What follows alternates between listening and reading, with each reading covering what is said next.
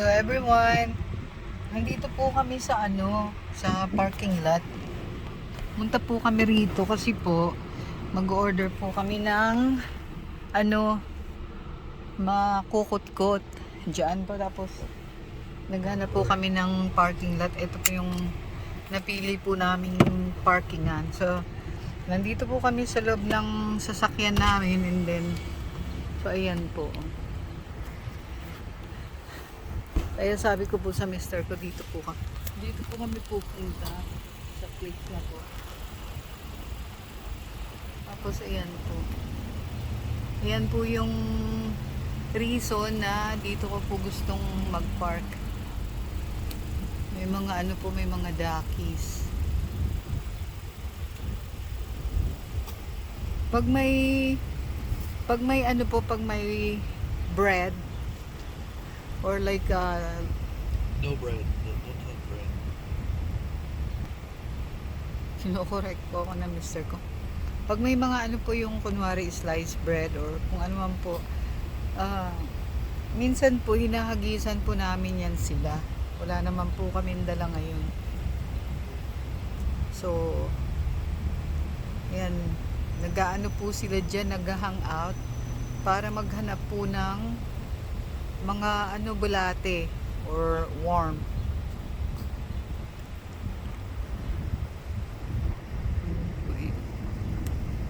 I-zoom in po natin. Hello Ducky! Ito po, nagsusolo po siya.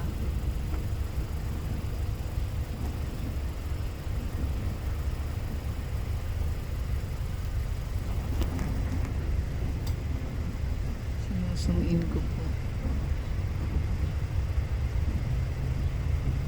Nakahiwalay po siya sa sa iba, yung iba sa bayan. Yan po siya, nasa may puno, tapos yung iba po nandoon po.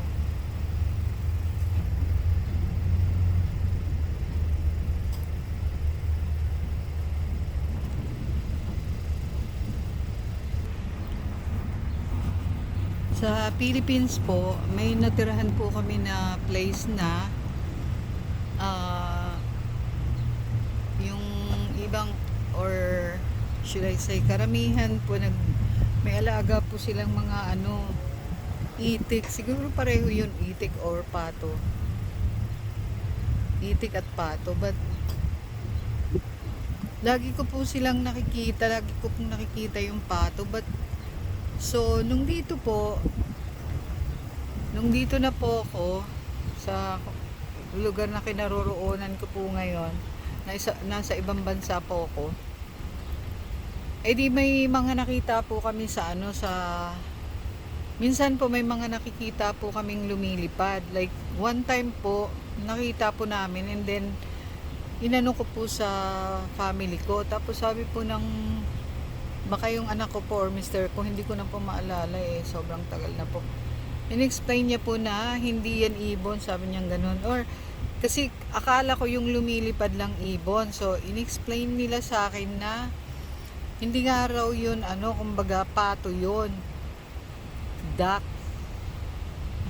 So yung point ko po, hindi ko po alam na yung mga duck po pala, just in case lang po dun po sa mga hindi nakakaalam, nakakalipad po sila, and na mataas po, like tinuturo ko po, like sa basta mataas po, parang ibon lang rin po sila. Gulat na gulat nga po ako, sabi ko hindi ko po ini-expect na yung duck nakakalipad din pala kagaya sa ibon.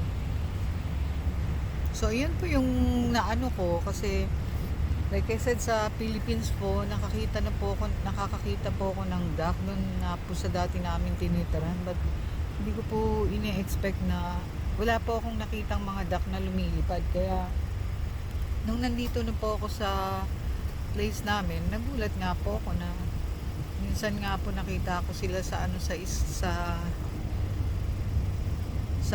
sa taas na lumilipad. So yun, sabi po ng family ko, daw, hindi yan like regular bird, yan, duck. Kaya yan po sila. Ito po yung isa. Dito po siya nagmumuni-muni.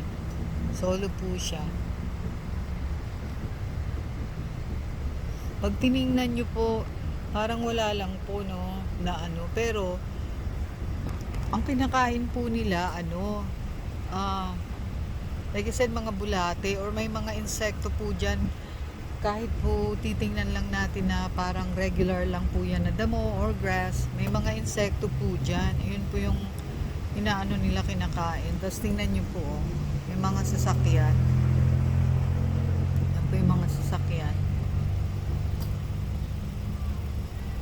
Yung ano ko po, parang wala lang po sa kanila, hindi po sila mailap.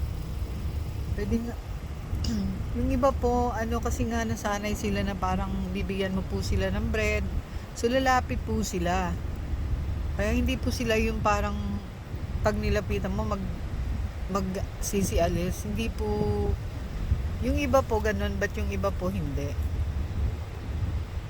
Nandito po kasi kami sa restaurant. Kaya po siguro, yan po, para po, lumalapit po sila, siguro po akala nila may may bread kaming may bibigay. Ayan po. Wawa naman dad. I think they're looking for foods. No, we get the bugs. Huh? The bugs. Look, they're trying to come towards us. Like they're thinking we have something to do. What do you do upstairs? Inaano ko po yung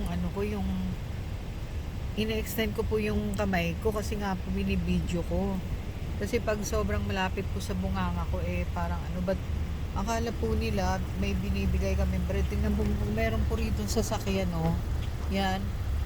So akala po nila bibigyan sila, kaya lumalapit po sila doon, kawawa naman. Yung mama nagbibigay siya ng bread. Yung mama, nandun po sa binibigyan nila ng bread. Kawawa naman.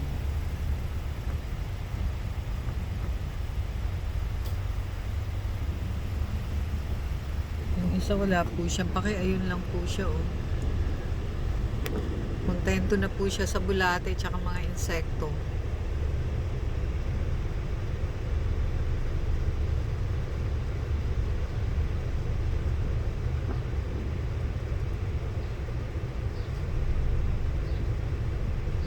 Dapat pala palagi kami may dala-dalang bread. Tingnan nyo po, pila-pila po sila, Siguro po may binapakain po yung mama sa kanila kasi nandun po sila. Nandun po binibigyan po sila ng mga balat.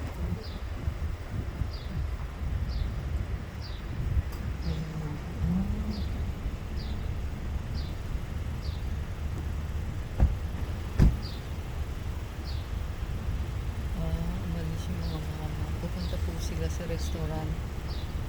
Nandun pa rin po yung mga ducks. Ito po yung isa. Hello, Ducky! Hello, Pato! Saan ka pupunta? Parang nagmumuni-muni po sila. Tinitingnan po nila kung may may bibigay sa kanilang food. Yan po. Po sila naka-standby. Wow, naman itong mga duckies na to. I don't have anything to give you guys. Wow, naman yung mga duckies. Nyo po, nagtatry po silang lumapit sa akin. No foodie duckies. Ala, nag-aaway pa itong dalawa. Oh, they're being mean to that one. Parang sinusungitan po nila yung isa. Ito pong isa, masungit. Ayan po, sinusungitan po nila to. Kaya pala siya mag-isa lang. Parang ako yan, Yan, may mga gumaganon po kasi sa akin minsan na kahit wala naman pong reason, at hinahayaan ko lang po. Ganun po kasi yun. Alam nyo na po kung ano yung ibig ko pong sabihin. Minsan po, pag may nanggaganon po sa atin, wag na lang po natin patulan. Inaano ko lang po yung, kasi nga po itong isa, tingnan nyo po, parang binubuli niya po tong kahit kahit sa hayop meron palang ganun. Kasi parang wala namang ginagawa yung isang ano na yun, pato. Kaya po pala siya solo, kawawa naman. But pag meron pong nanggaganon like sa atin, kasi na-explain ko na po kasi nga nakita ko po itong ginagawa po nung isang ano doon sa isa na sinusungitan niya. And like I said, siguro lahat po tayo nakaka-experience ng ganun. But ako po, may mga naano po ako na ganun, hinahayaan ko lang po. Minsan nakakapatol din po ako kapag yung mga pangit na ano.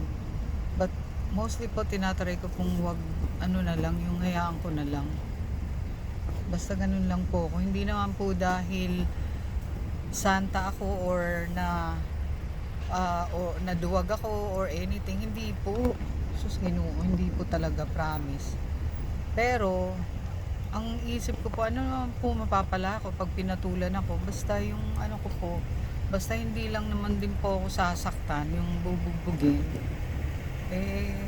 Or like mumura-murahin na ano, okay lang po yun sa akin. But meron na pong nagpark dito sa tabi ko na sobrang ano po, kailangan